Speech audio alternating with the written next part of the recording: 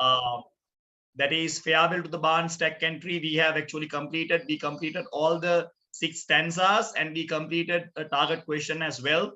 All the stanzas are explained last week. So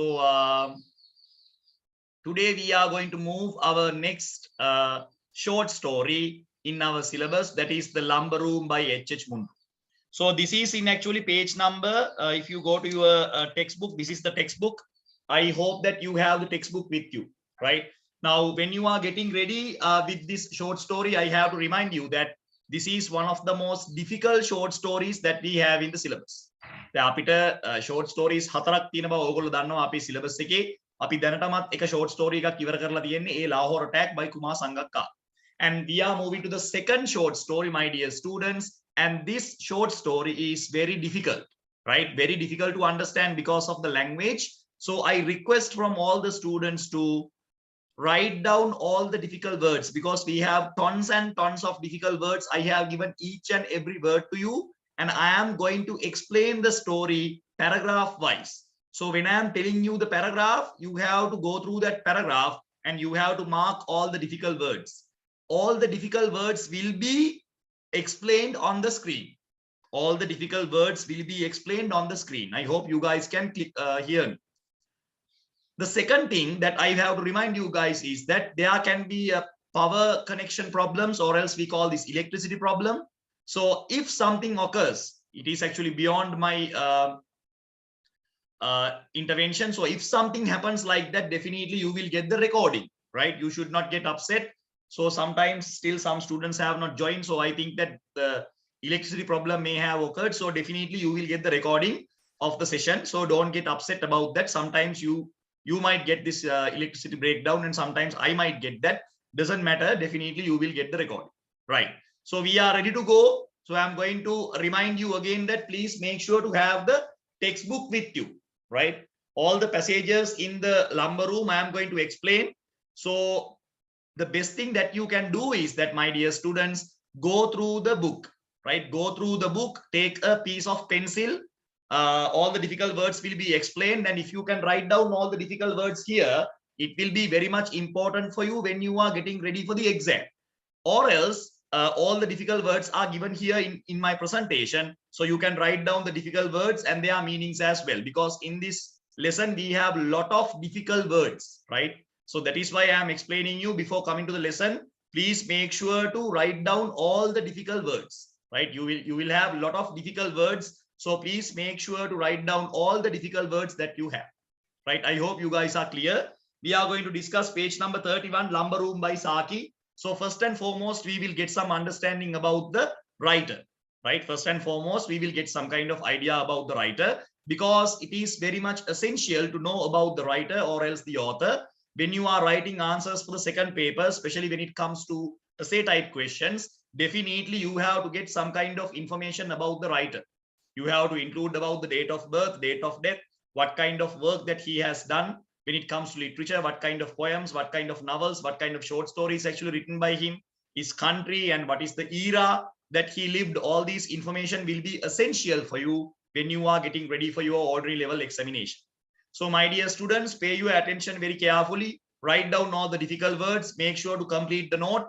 If you did not complete the note, you can get the recording and you can listen to this again and again, and you can complete the note as well, right? So if you have any problems, please make sure to ask.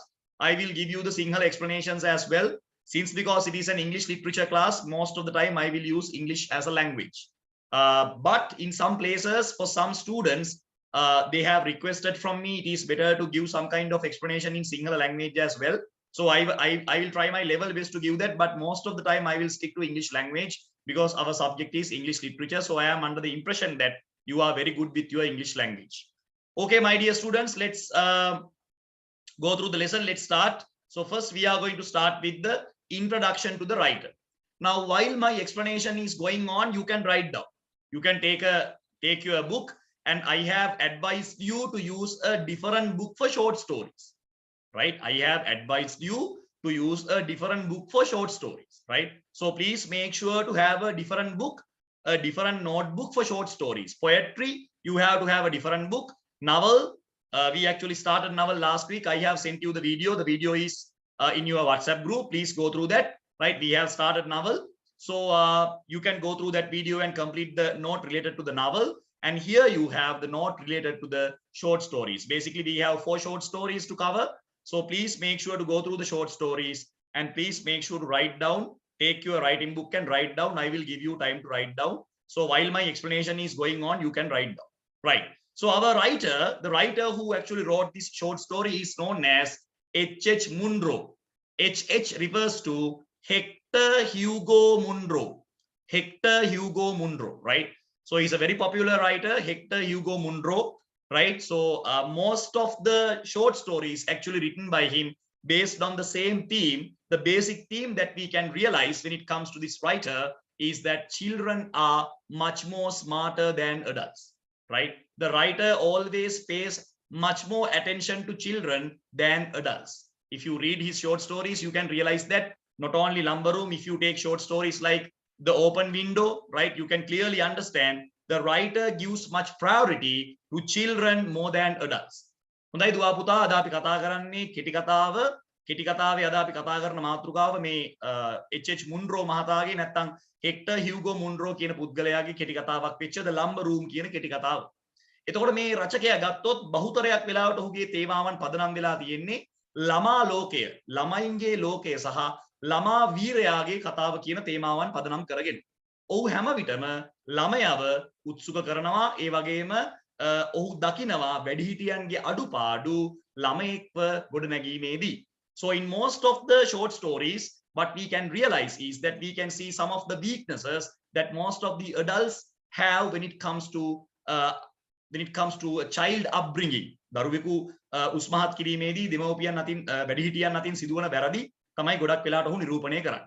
So H.H. MUNR0 is also known as from his pen name Saki. So most of the writers, they used a pen name. අපි කියනවා අන්වර්ථ නාමයක්. අන්වර්ථ නාමයක් ගොඩක් රචකයෝ පාවිච්චි කරලා තියෙනවා. Even in some newspapers, even today in Sri Lanka, we can see that most of the writers, they do not like to use their original name. Instead of that, they use their pen name. So pen name refers to the anvartha name, pen name, right? So they use a pen name, a different name. So this person also used a pen name. The pen name is known as Saki.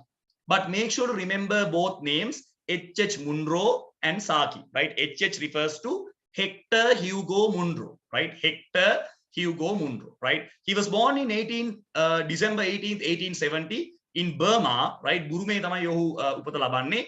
And he actually engaged in the First World War as a soldier, right? This is something very important that you have to remember. Most of the students, they do not pay attention for this type of details, but these details will be very much important to you when you are writing the appreciation. As I have explained to you several times, when you are writing an appreciation, you have to write an introductory paragraph, right? So in that introductory paragraph, you have to include some information about the poet or else the novelist or else the short story writer. So in that situation, this information will be very much important for you.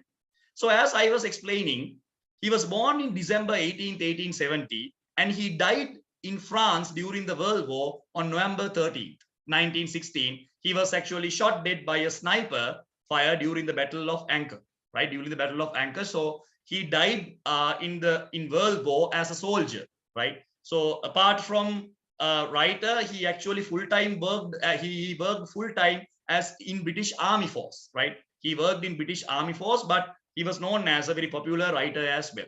So this one is not like the other writers. Now, if you refer to the other writers, they did not engage in war, right? If you take all the writers that we have discussed up to now, all the poets, Alfred Lord Tennyson, William Blake, right? Then we discussed about A.E. Housman. Now, these people were not engaged in full-time work. Obviously, if you take the poem written by the Farewell to the Barn and Stack Country by A.E. Housman, he was a patent officer. Apart from him, most of the poets, they did not engage in full-time work. They were scholars, right? They studied, or else they were professors, or else lecturers. But this particular person is little bit different from them.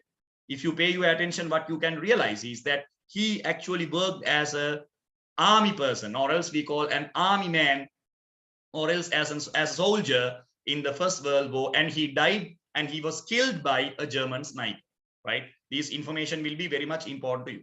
So his occupation can be identified as he actually worked in British Army Force. As I have explained to you, he is a writer and he is known as an author.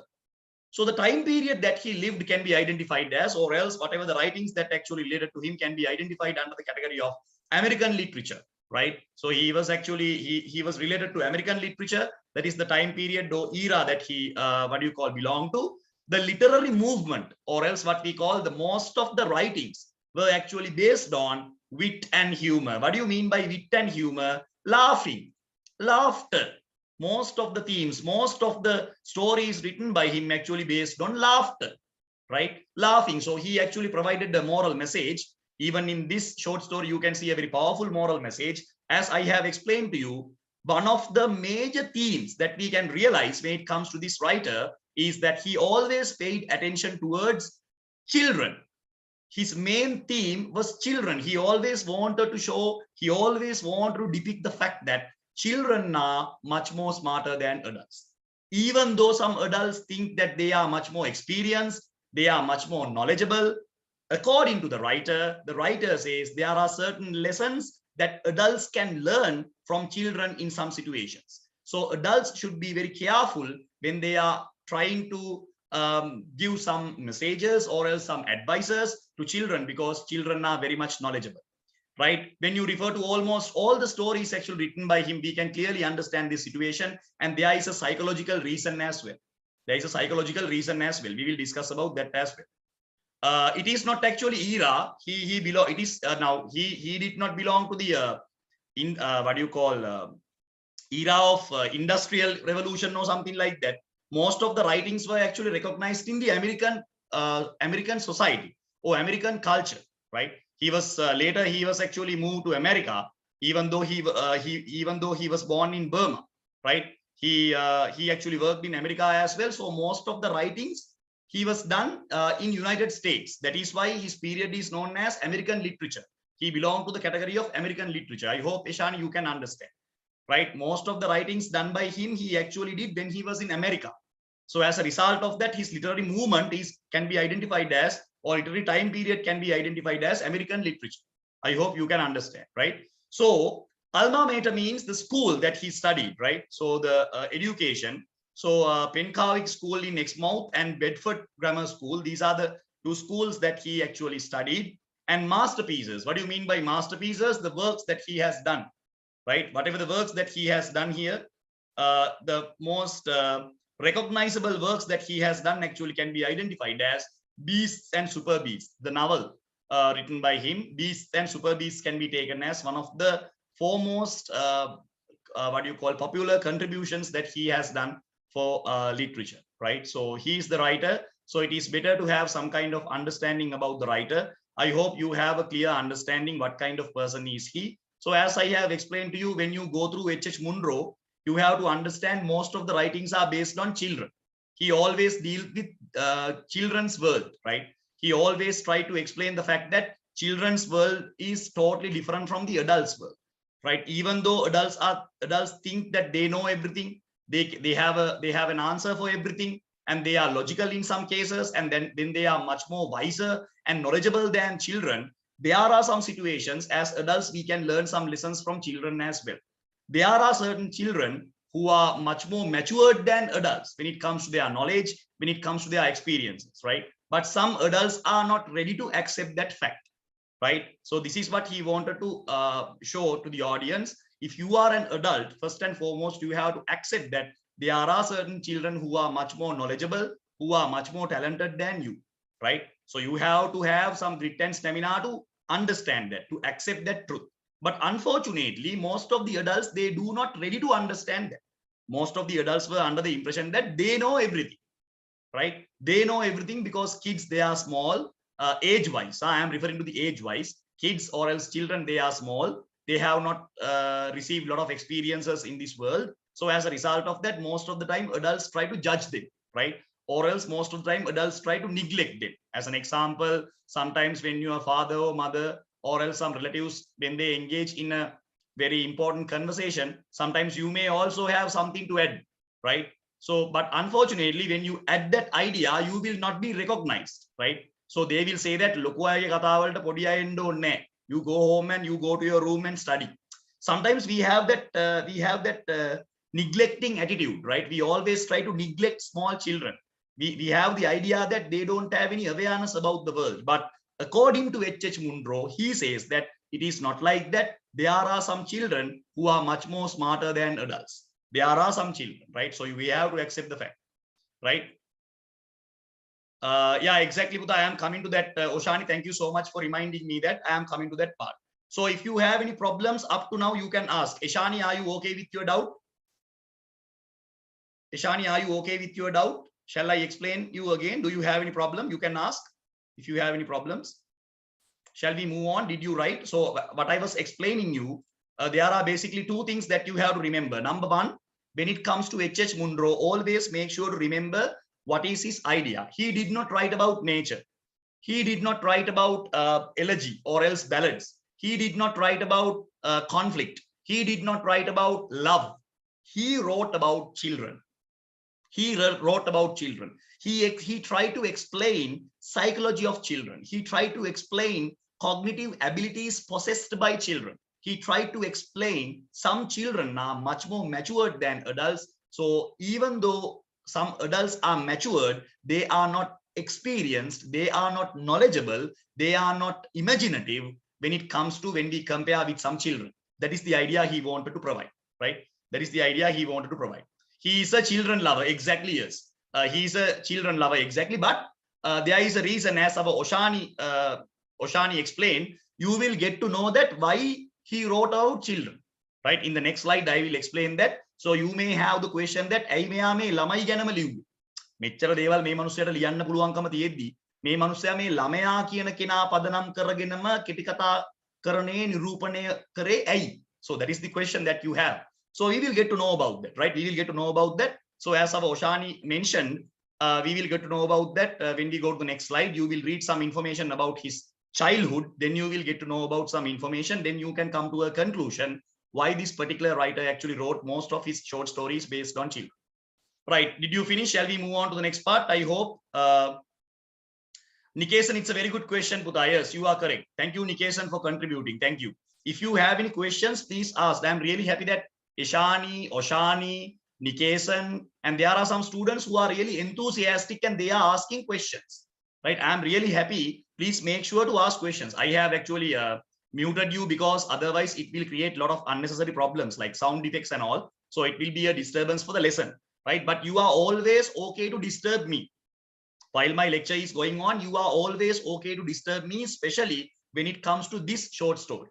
Especially when it comes to this short story, you are always okay to disturb me because this short story is the most difficult short story in the syllabus. This is the most difficult one because other three short stories are not that much difficult. You can understand that. The language is very simple. Even you can read them, you can understand that. But even if you read this, you will not understand because language is difficult. So that is why I am telling you to go through the paragraphs one by one. So please make sure to have the book. Even I have the book with me, right? So please make sure to have the book with you. Right. Okay. I'm moving to the next slide. As our Oshani suggested, why this particular person was so much interested in children. The reason is that his mother died after a miscarriage during a visit to England when Saki was around 2 years old. Right. So his mother died when he was very young. So as a result of that, what happened? Saki was sent to live with his grandmother and two of his aunts in a very strict religious household, which is believed to have influenced his writing and some of his characters. Now, this is the part that we have to pay our attention. So Saki lost his parents when he was very young, actually, when he was 2 years old, right? As a result of that, what happened? He was sent to live with his grandmother and two of his aunts. So when he was a young boy, he had to live in a very much strict religious household where he was not recognized. His curiosity, his cognitive abilities, his imagination was not recognized by these people. So he had to live in a very abusive environment. As a result of that, when he became a young man, he thought of writing books related to the experiences that he had received when he was a young boy. This is the reason, even in this short story, you can realize what you call the character, Nicholas's aunt. The name of the Saki's aunt is known as Augusta, One of the names is actually, he had two aunts. One of the aunt is known as Augusta. So most of the critics, they argue that same character can be seen in Lumber Room when it comes to Nicholas's aunt. So as I have explained to you, since his parents died at a very early age, he had a very suffocating childhood. Suffocating childhood. The reason is that he was sent into he was sent to live with his grandmother and two aunts. So he was a very, very young boy. So he did not receive the same love and affection that he should have received from his parents. He was not recognized. He was neglected. He was ill-treated. So as a result of that, he was actually living in a very religious and abusive society, abusive environment, abusive household. So when he became a young boy, what did he do? He thought that, okay, I am going to enter all the experiences that I have gained in my life. So it is not an autobiography. No, it is not an autobiography, right? It is actually personal experiences that he has gained. So so that is the idea that he has given here, right? So yes, Nikesh, and you are correct, right? So as a result of that, what actually happened, he was actually sent to live with his what you call grandmother and two aunts. So as a result of that, most of the characters, it is not an biography or autobiography. මේක චරිතා ප්‍රදානයක්වත් මෙයාගේ ජීවිත කතාවක් නෙමෙයි. හැබැයි මෙයා අර ලබාගත් අත්දැකීම්, පොඩි කාලේ මෙයාට ලැබුණු අත්දැකීම් නිසා මෙයා මෙයාගේ කතාවලට ඒ අත්දැකීම් පාදක කරගන්නවා. So whatever the short stories that he wrote, he used those suffocating experiences that he had to undergo as a boy, right? So most of the characters, that is why he tries to highlight particular children than the adults. If you go through the short stories, all the time he tries to highlight children than the adults, right? He does not pay any proper attention towards the adults, and he always try to explain us the fact that children are perfect, right? They are flawless. Children are flawless. Children are innocent, right? Children don't do any mistake, right? So that type of idea can be seen here. So the reason is that when he was a young boy, he had to suffocate a lot because of his aunt.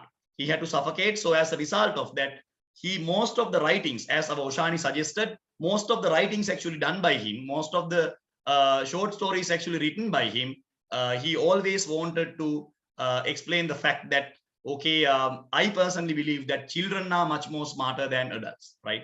So he always wanted to provide that hint, right? He was always trying to provide some kind of a hint for the adults. If you are an adult, always recognize children. If you are an adult, always respect children. If you are an adult, always try to understand the imagination and the cognitive abilities of children, because children are precious. Children are precious. Children are important to us, right? As adults, we should not. Yeah, exactly, Vinoli. He tries to explain that. Very good, Pudha, right? He tries to explain that you should not abuse children. Here, abusing means not sexual abuse. Here, abuse refers to Minoli. Sometimes we don't recognize children. Now, sometimes these small children, they ask a lot of questions. They are very much curious about the world. So they ask a lot of questions. And sometimes parents, sometimes the adults, they don't provide proper answers. So as a result of that, what happened? Their mentality, their cognitive abilities will be destroyed. So we should not do that. Their imaginative abilities will be destroyed. So as adults, that is what he say. As adults, what you should do is that you have to encourage children towards their imagination in order to enhance their curiosity, imaginative abilities, and imagination, and all these cognitive abilities. That is what he says, right? Because he was not recognized, he was not respected when he was a child, right? When he was a child, nobody recognized him, nobody give any attention towards him. But nowadays, your parents are giving 100% attention. But at that time period, children were not recognized. He was not recognized actually by his two aunts and grandmother, right? So he was very upset about that. So that is why he tries to provide a moral message to the entire audience. If you are an adult, child is known as the father of men, right? Child is known as the father of man. So definitely a child will become a father one day.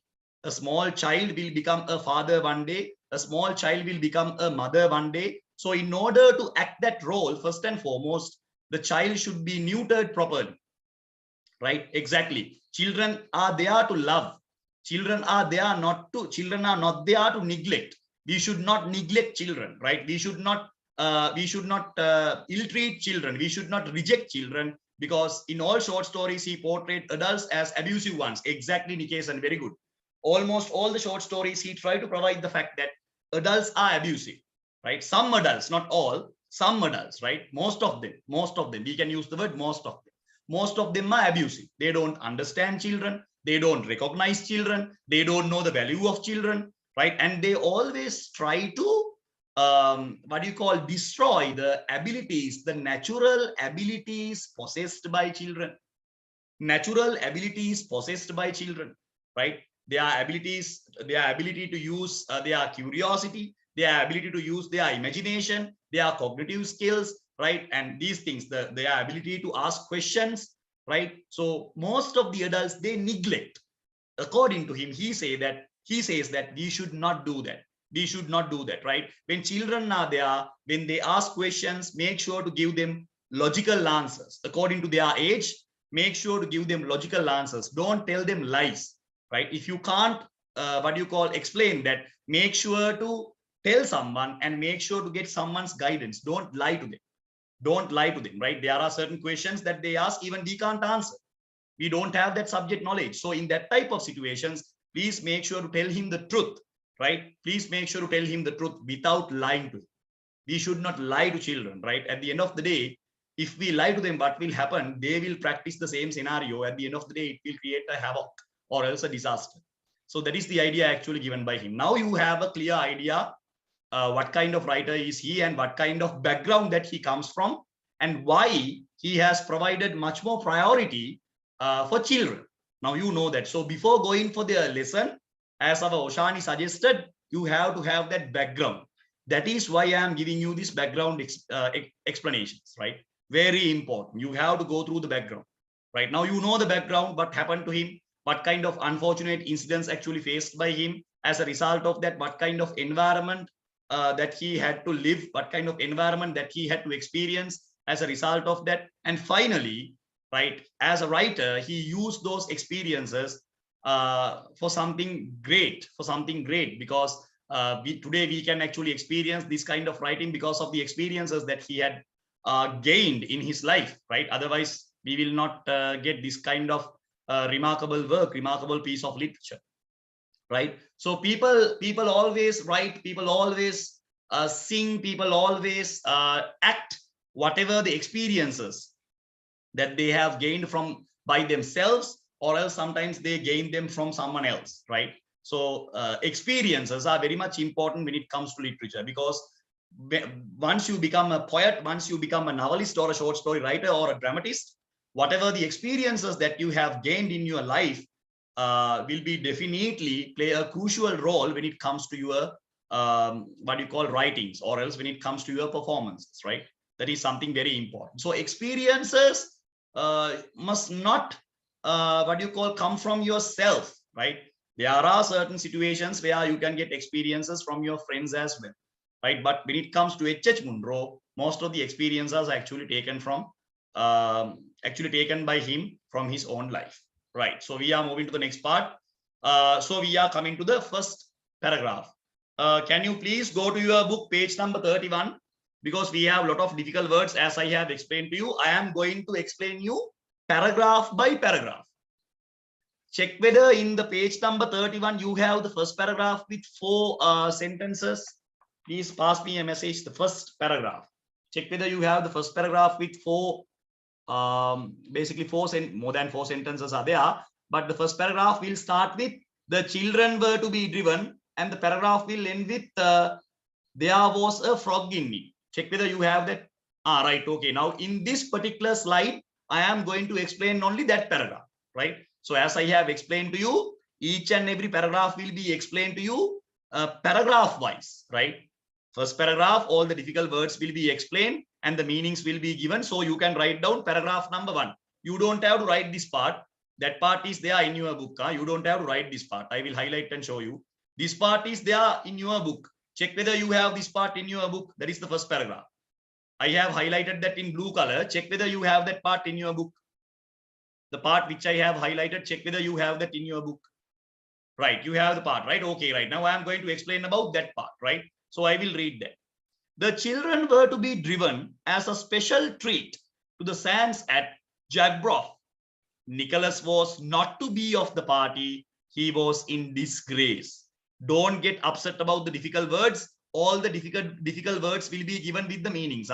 So don't get upset about the difficult words. Just read it. Nicholas was not to be of the party. He was in disgrace. Only that morning, he had refused to eat his wholesome bread and milk on the seemingly frivolous ground that there was a frog in it.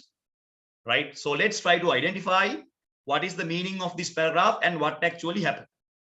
We are presented from the first lines of the text the reason for Nicholas's punishment.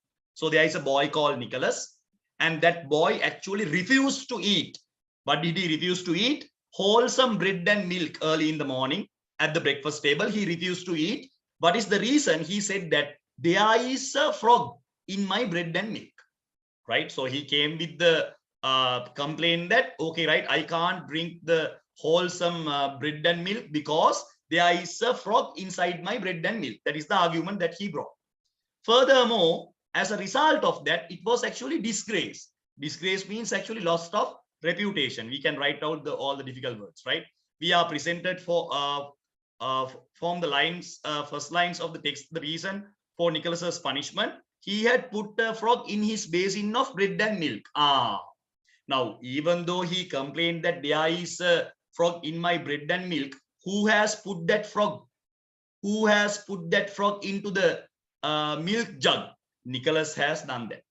Nicholas himself has done that. So we will get to know why he has done like that. So as a result of that, he actually said that, okay, I can't drink this milk because there is a frog.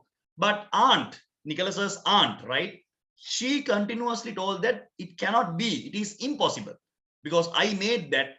So it is impossible, right? There cannot be something like that. But later he actually explains the fact that since because he has put the frog into the bread and milk, so he knows the color of the frog as well.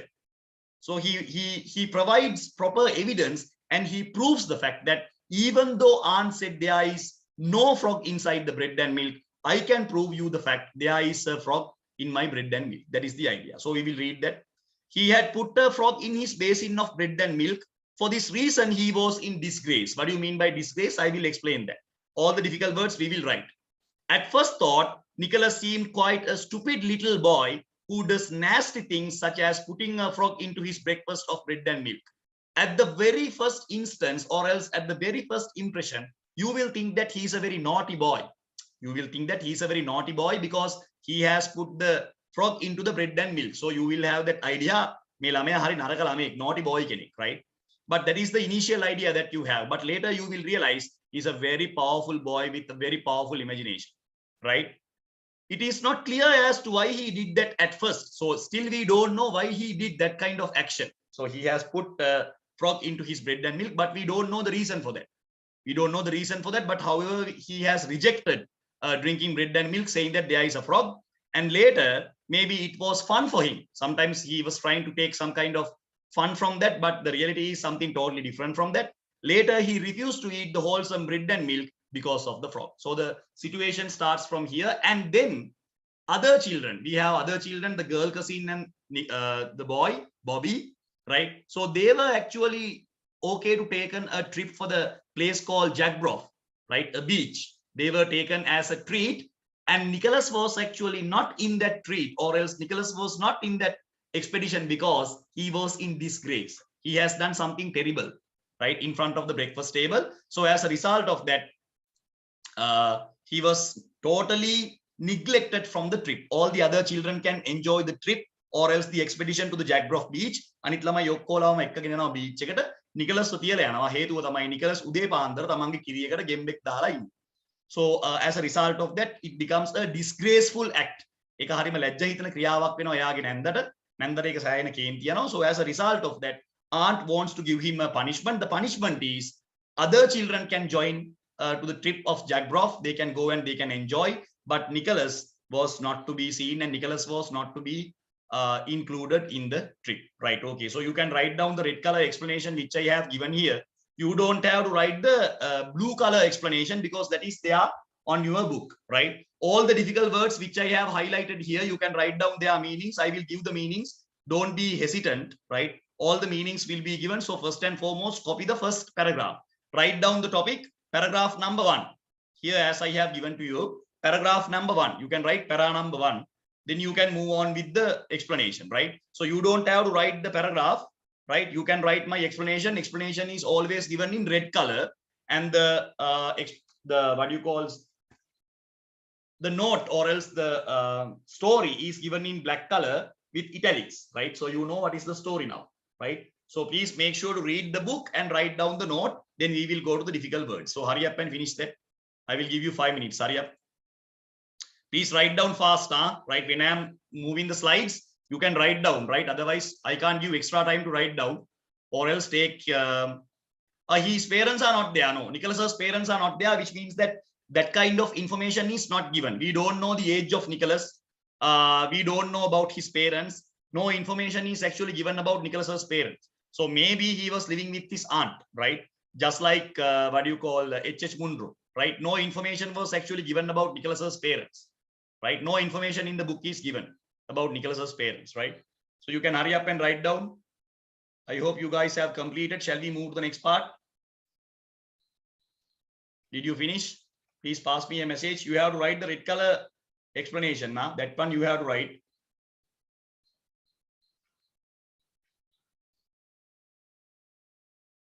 Right. Hurry up.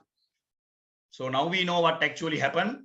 Nicholas did something terrible early in the morning. So as a result of that, aunt has decided to give a punishment. The punishment is all the other children will be taken to the Jagbroff beach in order to have some kind of entertainment, and Nicholas is excluded from the trip. The reason is that the disgraceful act actually done by him on the breakfast table. The disgraceful act actually done by him.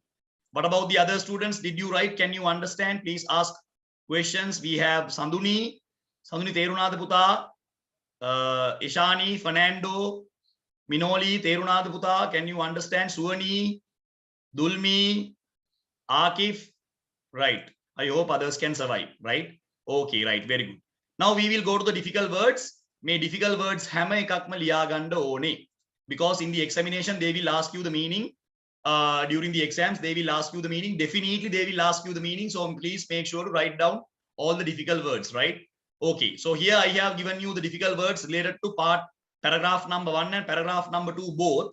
Right, so you can write down the difficult meanings. So the first word that I have taken here is the lumber room. So as you can see here, please write down the explanations given by me. Lumber room, a room in which useless or broken furniture is kept. That is known as the lumber room, right? Then we have the word treat, right? It is there in the first paragraph as a special treat. So the meaning is that something that gives great pleasure or delight, especially when unexpected to be in. Exactly, right? The children never expected that aunt will take such a decision. So it is unexpected, right? Then you have the meaning, Nikesan. You ask the meaning. So you have the meanings here, Nikesan. You can write down. Disgrace. What do you mean by disgrace? The loss of other people's respect and approval because of the bad way of somebody has behaved. So Nicholas is in disgrace. So Nicholas have actually completely destroyed the respect of aunt, because aunt said that there cannot be a frog in your bread and milk because I am the one who made it. Nicholas wanted to prove the fact that you are wrong. You cannot be always correct. That is the ultimate motive of Nicholas, right? That is why he put a frog into his bread and milk, right? He wanted to prove the fact that his aunt is wrong, because aunt always thought that she is correct. Whatever the decisions taken by her, she thought that she is correct. But Nicholas wanted to prove the fact that you cannot be always correct. ඔයා කියන ඒවා හැම වෙලේම හරි නෑ. ඔයත් කියන ඒවා සමහර වෙලාවට වැරදි වෙන්න පුළුවන්. මම මේක ඔප්පු කරලා පෙන්නන්නම් කියලා තමයි ආන්ටිට පාඩමක් උගන්වන්න මෙයා මේ ගෙම්බව දාන්න. Right? So that is the act. It is not for fun. He wanted to prove the fact that he wanted to teach a lesson to the aunt that your answers are not always correct. You cannot be always correct. Can you understand? That is the idea actually behind this. So I hope that you guys can understand, right? So all the words, all the meanings are given. In the entire story, all the words will be given. So make sure to write each and every word. So when you are studying for the O-level examination, you don't have to go here and there to find out the words. You don't have to find the dictionary. I have taken the dictionary and I have found all the words, which will be difficult for you. Wholesome means healthy. Seemingly means apparently, right? Frivolous means silly or amusing, especially when such behavior is not suitable. Frivolous means amusing or silly, right? So all the words are given here. Please make sure to write down all the difficult words. All the difficult words, right? So we are still in storeroom. Ishani, yes, yes, Ishani, very good. Lumber room means the storeroom. Store right? So it is known as the storeroom or else the lumber room. Lumber room refers to a room in which useless or broken furniture is kept. Anything useless will be kept there, right? So we have only discussed the first paragraph, right? The words are actually included in the first paragraph. All the difficult words you can write down. Hurry up and pass me a message. Hurry up.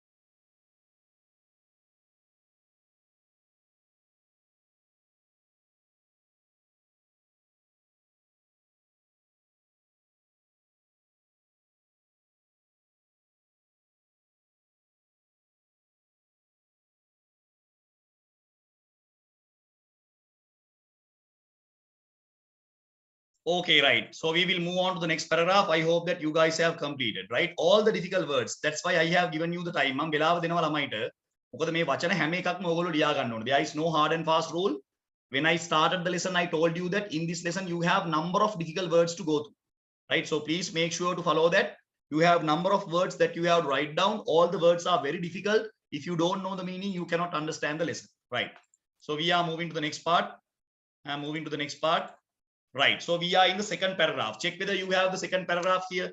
Now the first paragraph we have completed. Please pass me a message. Check whether you have the second paragraph. It starts with older and it ends with assurance. Check whether you have that in your book. Now the first paragraph we have completed. Now I am going paragraph wise. Please pass me a message. Check whether you have the second paragraph in your book. Right. Okay, Dulmi, thank you. Right. Okay, what about the others? Dulmi Kino Tino. Right. Suvani, thank you. Aryoshani, very good. Then අපි කියවන්නේ second paragraph එක all the difficult words will be explained, so we will read what actually happened. Older and wiser and better people had told him that there could not possibly be frog in his bread and milk and that he was not to talk nonsense. So you can clearly understand what kind of attitude these people had about his comments. Can you understand that? This is what H.H. MUNR0 wanted to show you. Older, wiser and better people, so adults. See the what do you call adjectives given to them, different types of adjectives, right? Can you see different types of adjectives actually given here? Older, adults are older and they are wiser and they are better. All are comparative adjectives. Comparative, right? So he is comparing adults with kids. So adults are older, they are wiser and they are better than kids. Can you understand? So they said, what did they say? They say that you are telling lies. You are telling lies. Don't talk nonsense. Most of the adults do the same thing to our children. When they are coming with some kind of ideas, some kind of questions, some kind of curiosity, what we do is that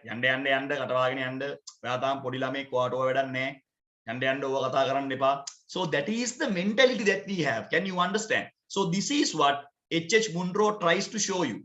Most of the adults, they always have the impression that kids are always talking nonsense.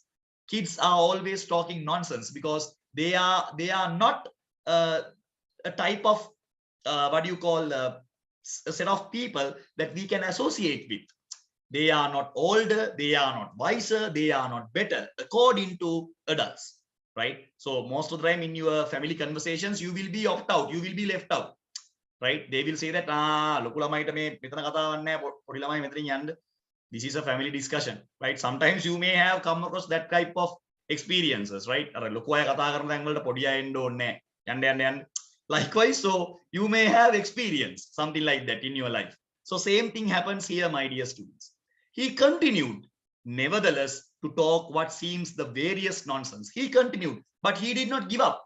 Nicholas did not give up, even though the adults actually commented like that. Nicholas did not give up. He continuously proved the fact that I am not talking different kind of nonsense. I will explain the difficult words. Don't get upset, and describe with much detail. When the adults said that you are telling lies, Nicholas came with the evidence. He said that, okay, you guys are thinking that I am lying, right? I will tell you the color of the dog given, color of the frog given. I'm sorry, color of the frog and the markings of the frog, right? Because how do he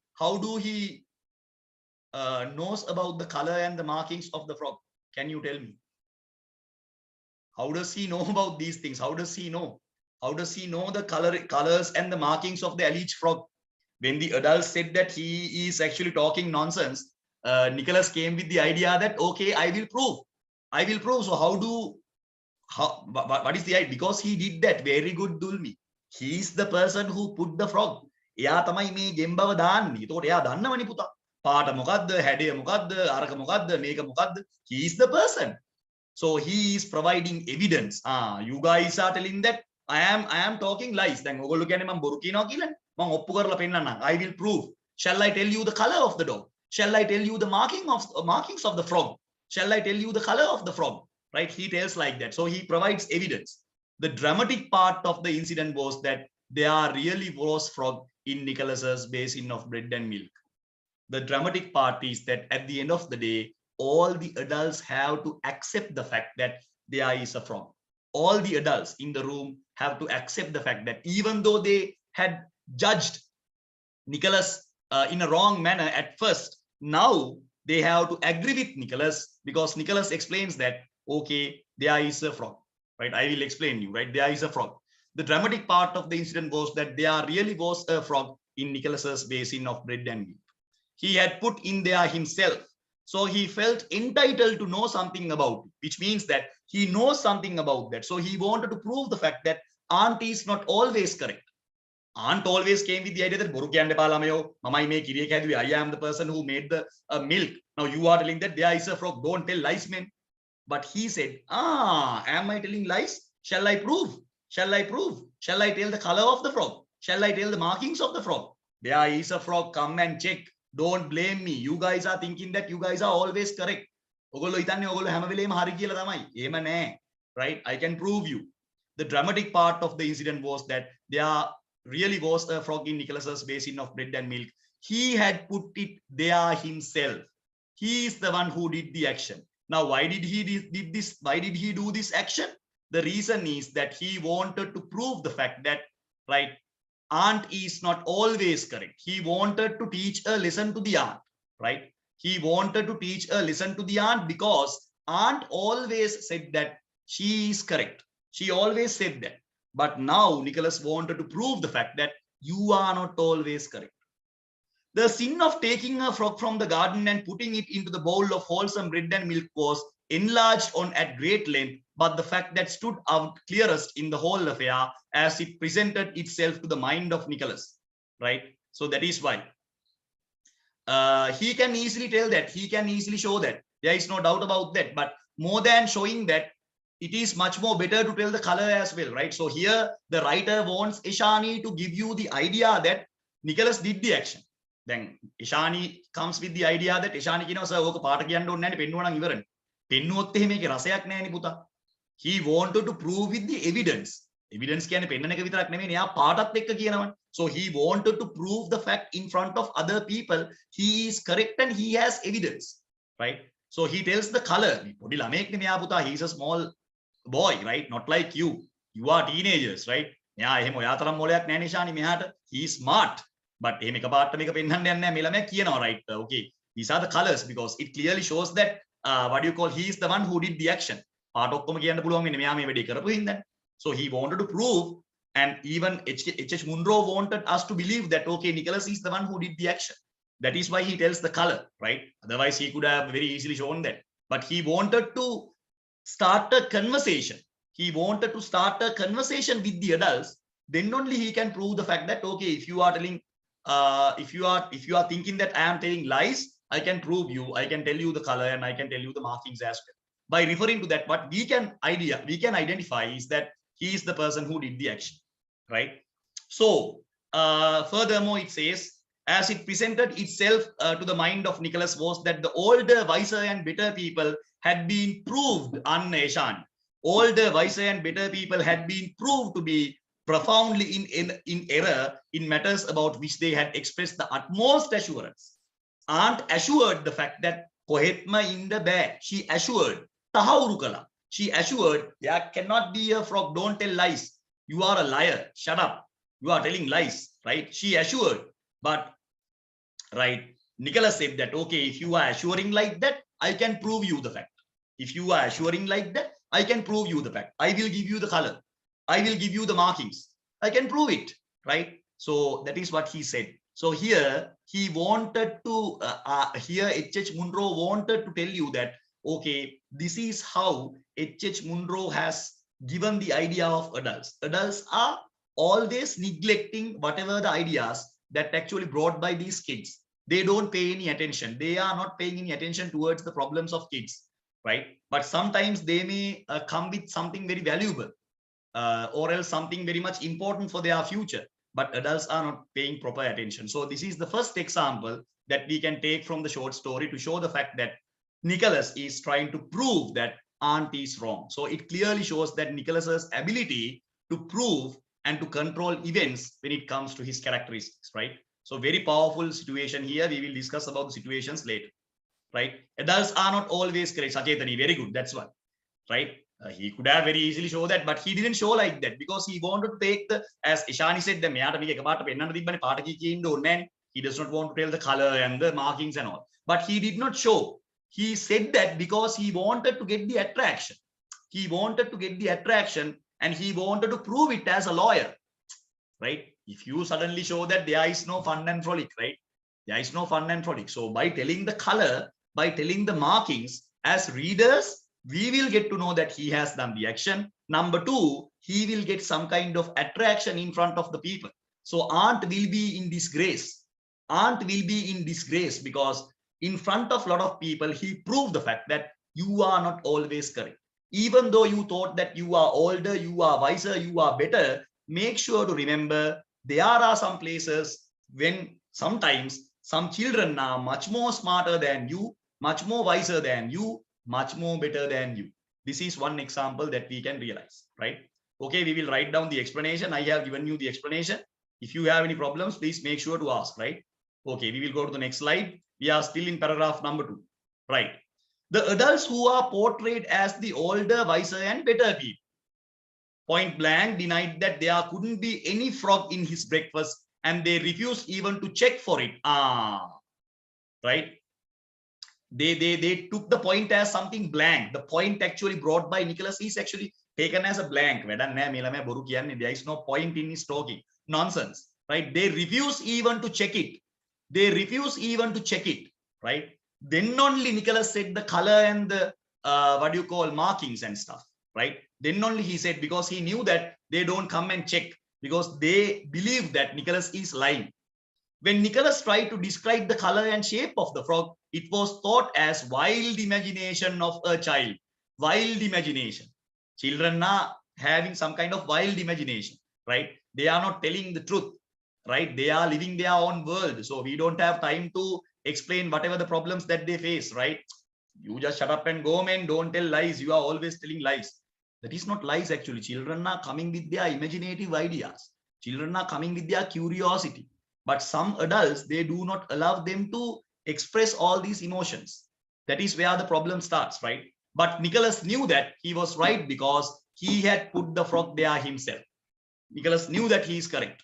Furthermore, the term sin is actually introduced as of taking a frog from the garden and putting it into a bowl of wholesome bread and milk. It is actually taken as a sin, right? It is a sinful act. It is a sinful act, right? But however, he has done that sinful act in order to prove the fact that he is correct. In some situations, adults are not always correct, right? However, he judged adults on the basis of his childlike frankness and on a set of logical rules. Very good, right? So adults thought that he is actually doing a frank, right? Childlike frank. But he came with logical rules. He came with logical ideas. Shall I tell you the color? Shall I tell you the markings? Logical, very logical, right? He did not merely show that, come here, there is a frog. Not like that. He came with logical arguments. Shall I tell you the color? Shall I tell you the markings? Logical argument, right? So he wanted to prove the fact that we can also be logical. We can also be wiser. We can also be better than you. So please give a place to us. Please give some respect to children. Please listen to us. You adults are not listening to us. You are neglecting us. You are ill-treating us. Don't do like that. We small children, we don't have anything to tell these things. You are the adults, right? That is why we are asking these things from you. If you are not ready to answer, who will answer? If you are not ready to answer, nobody will give answers. So please don't do that. Please don't do that, right? Please give us answers. If you don't know the answers, please make sure to find the answer and give. Because we need that. We are children. That is what I said. Children can be identified as the father of men. Children can be identified as the father of men. Daruwa kiyala kiyanne minisage piya kiyala kiyanne. Adults are always focusing only on one thing, but children come up with different ideas. Very good, Sachetan. අපි කතාවට කියනවා දරුවා යනු මිනිසාගේ පියාය. Children can be identified as the father of men, right? Whatever the experiences that a child will get will be helpful for him to become a grown-up man, even for the boys, even for the girls. So if you do not provide that proper education, proper experience, proper guidance, proper encouragement, what will happen to them? ඔබ ඒ ළමයිට අවබෝධය දුන්නේ නැත්නම්, තව ඉගෙන ගන්න පුතේ කියලා කිව්වේ නැත්නම්, ඒ ළමයාට ඒව පැහැදිලි කරලා දුන්නේ නැත්නම්, කවුද ඒව පැහැදිලි කරලා දෙන්නේ? Who is going to do that? That is the problem. So that is the question asked by H.H. MUNR0. If you are not ready to do that as an adult, who will do that? You should encourage your children. Don't reject them. Don't blame them. Don't punish them. Always provide them whatever the answers that they needed, right? Always encourage them. Always encourage them to search, right? Don't try to destroy their abilities, destroy their imagination. Don't try to neglect them, right? Now, can you understand the personal experiences actually undergone by H.H. MUNR0, right? The two aunts and the grandmother did not recognize him, did not respect him. As a result of that, he lost his imagination. He lost his childhood. His childhood will never come back, right? If you have a very terrible childhood, what will happen? One day you will become a mother. One day you will become a father. Then you will not understand the value of your child's childhood because you did not have a childhood. ඔයාට ළමා අවදියක් තිබුණේ නැහනේ. ඔයා කවදාරි තාත්තා කෙනෙක් වෙච්ච දවසක අම්මා කෙනෙක් වෙච්ච දවසක ඔයාට තේරෙන්නේ නැහැ ඒ ළමයාගේ ජීවිත කාලය ගැන. You don't care, right? You don't recognize him because you didn't have a childhood. Can you understand? So don't be like that. Children are known as an asset. an asset. ඒගොල්ලෝ අපිට තියෙන වත්කමක්. It is an asset. It is not a burden. Children are an asset. They are the ones who are going to take the burden of this society, right? So we should encourage them. That is what I am doing as a teacher, right? When you are asking questions, if I say that no, I can't explain that, there is not something like that, right? If I give you some kind of a negative comments in front of these people by telling you a name, then ඔයාගේ නම කියලා මම මේ class එකේදී ඔයාට බැන්නොත් ඔයාට කොච්චර upset. ඔයාගේ personality එක ඉවරයිනේ. ඔයාගේ නම කියලා මම බයිනවා. Right? You have not paid the class fees, don't come to my class. ඒතර ඔයාට කොච්චර දුකද? Right? That's not good. So it's personality. We have to accept as a teacher, children also have a personality. ළමයිටත් තියෙනවානේ පෞරුෂත්වය. Children also have a personality. We can't do like that. We have a personality and children also have personality. I have seen some teachers in classes, they always blame children, and sometimes they ask them to go out, stand up and go out of the class. If you are in the class, I am not going to teach. There are some teachers like that. So we should not do that, because children, they are like that. They are logical and they always ask questions. They are troublemakers. That is why they were known as children. That is why they were known as children. Right? They are troublemakers. So as adults, we are experienced people. We are not children. We are experienced people. So we should have to handle them very carefully. If you are not ready to do that, you are not an adult. You will be an adult from your age. වයසින් ඔයා වැඩි හිටියෙත් තමයි. හැබැයි ඔයාගේ මොලේ වැඩිලා නැහැ. You have not a grown up adult. Right? Can you understand? So this is the idea actually given by him. I hope you guys can understand, right? So that is what MUNR0 tries to explain. Always respect them. Always recognize them. Always appreciate them. They love appreciation. Children love appreciation, right? They will be motivated, right? When we appreciate them, they will be motivated. So they will work. We always don't have to use these bad words or whatever the punishments, physical punishments for children. When we tell something, they will understand, right? So that is the idea. Adults are not always correct. Adults are always focusing only one thing. Adults can be wrong, but they think that they are supreme because of their limited imagination. Exactly. And their age. So they think that they have much more experience than you and they know everything. That is okay. But sometimes we have to listen to them, right? Rather than punishing them, rather than blaming them, right? We have to listen to them. What do you have to say? If I am doing this in my school, right, each and every student will be given a fair chance to talk. Buddha, what do you think? So he will say, sir, you are wrong. So I don't agree with you. So I don't like your ideas. So we can't understand what you teach. So that is his personal idea. We should allow him to tell that. If we are trying to, limit him, what will happen? He will not be a proper citizen in the society. So I have to take that mistake. I have to take that mistake. I have to take that burden.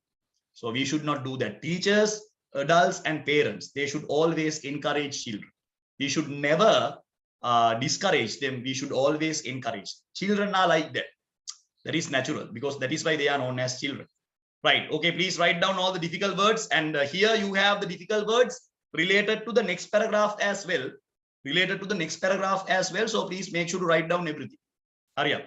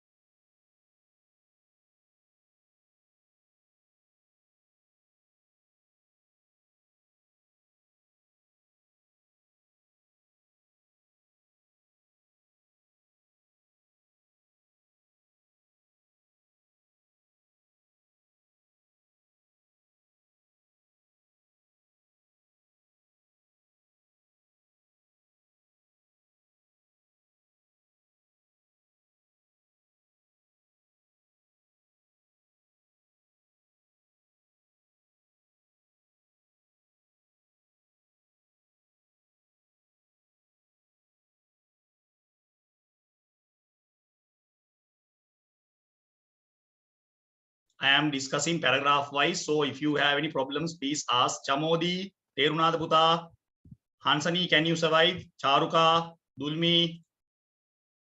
If you have any problems, please make sure to ask. This is one of the most difficult short stories that we have in the syllabus, right? One of the most difficult ones. So, mama paragraph again, paragraph eකට ඔක්කොම වචන explain කරගෙන තමයි යන්නේ. I will explain all the difficult words, right? Then you can go through the words and you can write down all the difficult words. Now here we have the word nonsense. Here we have alleged, various, dramatic, basin, sin, profoundly, insistence, right? Most of the words will be there. So some of the words are actually related to the next paragraph, and all the words I have given, right? After the session, go through the book, write down all the words, check all the words. I have marked all the difficult words. So then you will very easily identify the lesson, all the difficult words. I am doing like this because this lesson is very difficult because of the language, right? MUNR0's language is little bit difficult to understand. Not like simple English. We have a lot of different types of language. Economy of language is very high. Economy of language is very high, right? We have different types of words like biblical allusion. We have military words. We have commanding words, and likewise, we have a lot of different types of vocabulary, right? Different types of words can be seen. So hurry up.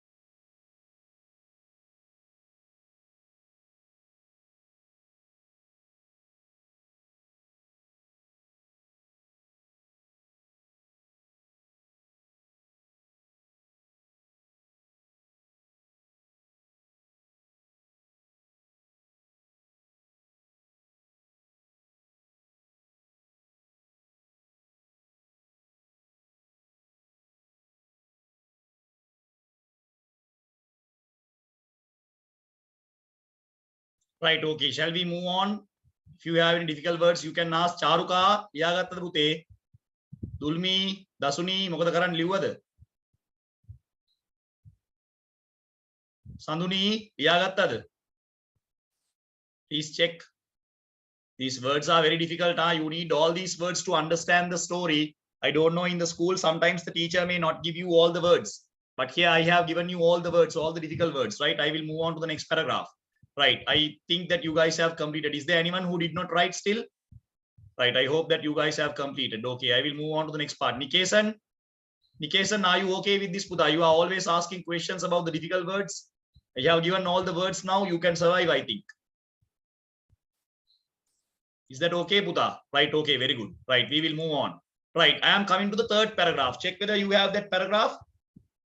The paragraph starts with, you said there couldn't possibly be a frog in my bread and milk. There was a frog in my bread and milk, he repeated with the insistence of a skilled tactician who does not intend to shift from favorable ground.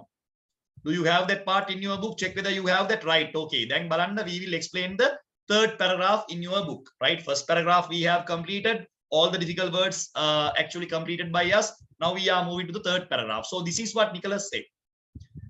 You said there couldn't possibly be a frog in my bread and milk. There was a frog in my bread and milk. So Nicholas says that you said that there is no frog and milk. Then ඔයගොල්ලෝ කිව්වා නේද game එක නෑ කියලා. ඒතකොට මේ ඉන්නේ මොකෙද්ද?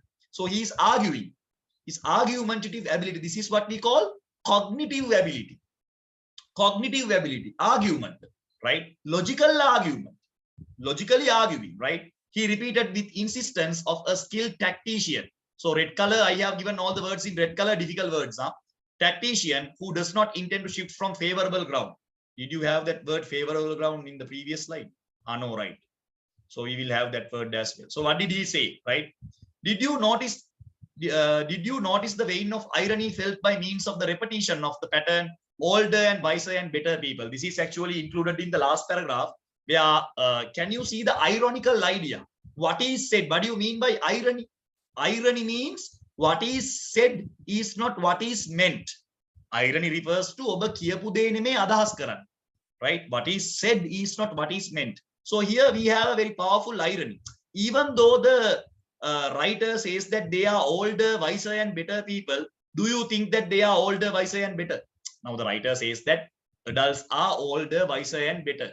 Do you think that they are actually older, wiser, and better? No, Sachetani. That is what we call ironical. Ironical. The writer says that older, wiser, and better people. Adults are older, wiser, and better people. But actually, they are not wiser, they are not better, but they are older, age-wise. Age-wise, okay, but they are not wiser, they are not better.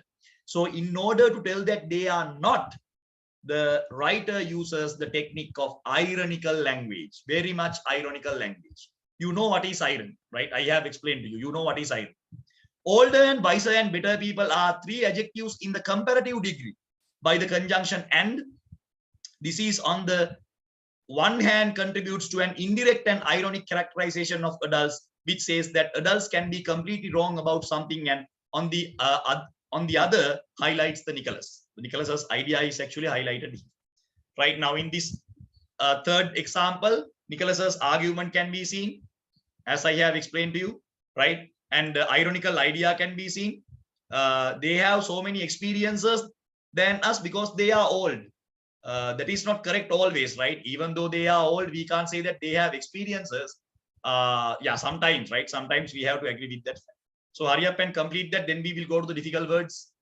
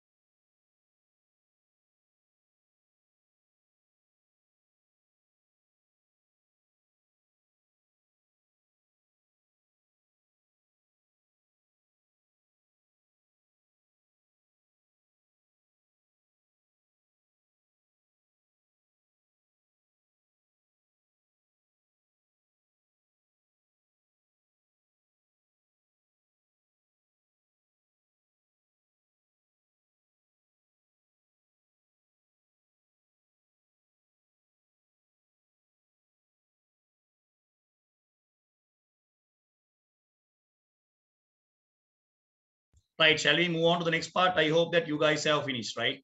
Okay, we will go to the difficult words, right? I will erase this. I think we have an explanation to write. Wait, I will check. Right. All right, we are in the fourth explanation. Right, let's go to the fourth paragraph where we have a big paragraph here. We will read that. So his boy cousin and girl cousin. So we have another two characters, not only Nicholas. Boy cousin and girl cousin can be seen, right? Boy cousin and girl cousin is actually aunt's children. So aunt also had two children, Bobby. Bobby means the boy cousin and the girl cousin, right? and his quite uninteresting younger brother were to be taken. Sorry, Bobby is different. So basically we have three children, right? Boy cousin, girl cousin, and the uninteresting younger brother were to be taken to Jagbroff Sands that afternoon, and he was to stay at home. So again, we have been informed about the punishment. Basically, the aunt, there are three children actually, the boy cousin and the girl cousin and the Bobby, the younger brother, right? Were to be taken to Jagbroff Sands that afternoon, and he was to stay at home. His cousin's aunt, who insisted by an unwarranted stretch of imagination in styling herself, his aunt also had hastily invented the Jagbroff expedition in order to impress on Nicholas that delights that he had justly forfeited by his disgraceful conduct at the breakfast table. Very difficult language. In a nutshell, I will explain you what happened here. All the other children will be taken to the Jagbroff beach, including Bobby, girl cousin, and boy cousin. Everybody will go to the Jagbroff beach. Aunt has actually planned this expedition in order to give a punishment to Nicholas. Aunt thought that Nicholas will be upset. Nicholas will be mentally fallen. Nicholas will cry. Nicholas will request from the aunt, Anne, please take me as well. Aunt expected that kind of reply, but Nicholas was not upset. Aunt wanted these children to go to the Jagbroff beach, not to give some kind of fun and frolic and enjoyment for these children. It is actually a punishment for Nicholas. Nicholas will get some kind of jealousy by looking at these children. They can enjoy at Jagbroff beach, but I won't be there because of the action that I have done. So aunt is actually giving a punishment here. Don't misunderstand, my dear children. So aunt is actually planned this punishment for Nicholas because she thought that Nicholas will be upset. Nicholas will be so upset when he got to know that mentally punishing. Very good, Doshani. Mentally punishing. Mental punishment. Very good, Doshani. Thank you for the word. Mentally punishing that all the other children will go and enjoy in the Jagbroff beach, but Nicholas can't go. So Nicholas will be upset. All the other children will go and join, but Nicholas can't go. That is the mental punishment given by the aunt. Don't think that aunt is giving this kind of punishment in order to, aunt is actually planning this kind of event in order to give some kind of fun and frolic, for some kind of enjoyment for the other children. She did not have that attitude, right? She did not have that attitude. She doesn't want to give any, enjoyment for these children. This is totally planned in order to hurt Nicholas, right? Motive is to punish Nicholas, but not to give an enjoyment to other children. Exactly. She did not plan that. And at the end of the day, other children, they don't get any enjoyment as well. At the end of the story, you will get to know about that, right? They don't enjoy at all because of the terrible weather condition, and due to other problems, they are not going to enjoy, right? But Nicholas enjoys during the absence of these children. Nicholas entered to the lumber room and he enjoys himself. There is a different scenario, but these children, they are not going to enjoy. So it is a mental punishment, as our Oshani said, right? So that is what he explained here. Then furthermore, it was her habit whenever one of her children fell from grace. It was a habit, right? It was a habit, actually. This is done by the aunt several times. This is not the first time. To improvise something of a festival nature from which the offender would be rigorously debarred. Whenever you do some kind of a mistake, some kind of an offense, she used to do something like that. She will organize something in festive nature, and all the other children can participate. That particular child is actually abstain, or else he is actually neglected. That is the punishment, mental punishment. Can you see what kind of punishment is given by the aunt? This aunt is actually organizing something. It can be a party, it can be a party. Basically, she has organized only two things, right? Either a trip to Jagbroff beach, either to see a circus. She has only got two places to take these children. Either to the Jagbroff beach, either to the circus, right? So she did something like that. So Nicholas knew about that. Nicholas knew about that. So whatever the idea, whatever the notion that aunt wanted to achieve, whatever the target that aunt wanted to achieve, aunt did not achieve because Nicholas is very intelligent. Nicholas was not upset because Nicholas knew that these children will not going to enjoy, right? These children will not going to enjoy. He knew that. So he was not actually upset with the situation. He controlled the situation by himself. He controlled the situation by himself. This is what we can see, right? If all the children seemed collectively, they were suddenly informed of a circus in a neighboring town, a circus of unrivaled merit and uncounted elephants, to which but for their depravity, they would have been taken that very day, right? So the same thing actually done by her.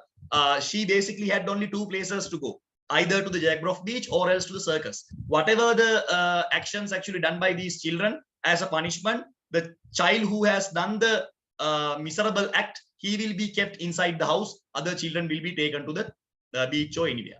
Aunt's happiness is depending on mental punishing, not by physical punishing. Yeah, exactly. Aunt tries to do physical punishments as well, but unfortunately, Oshani, aunt did not find some evidence. Aunt wanted to give some kind of a physical punishment as well, some kind of physical punishment she wanted to give, but she did not find proper evidence. Now, in this situation also, aunt did not see that Nicholas is the person who actually put a frog into the bread and milk. Aunt දැක්කේ නෑනේ පුතා. දැන් punishment එකක් දෙන්න පුතා. වැරද්ද දකින්න එපා. In order to provide the punishment, you should know that this particular person has done that. You should have to have evidence. Without having any evidence, puta, you can't punish someone. Even as teachers, we can't do that. No, puta. You can't tell like that. You have to have punishment. You have to have evidence. But unfortunately, Nicholas is a very smart boy. He did not provide any evidence. Nicholas is unique and mentally strong, so aunt didn't get expected reaction. Exactly.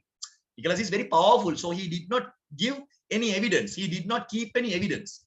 Right? So we have discussed para number 4 as well. We will write the difficult words. We have a lot of difficult words to write. Okay. So check whether all the words are there. Otherwise, please tell me. I will provide you the words. Right.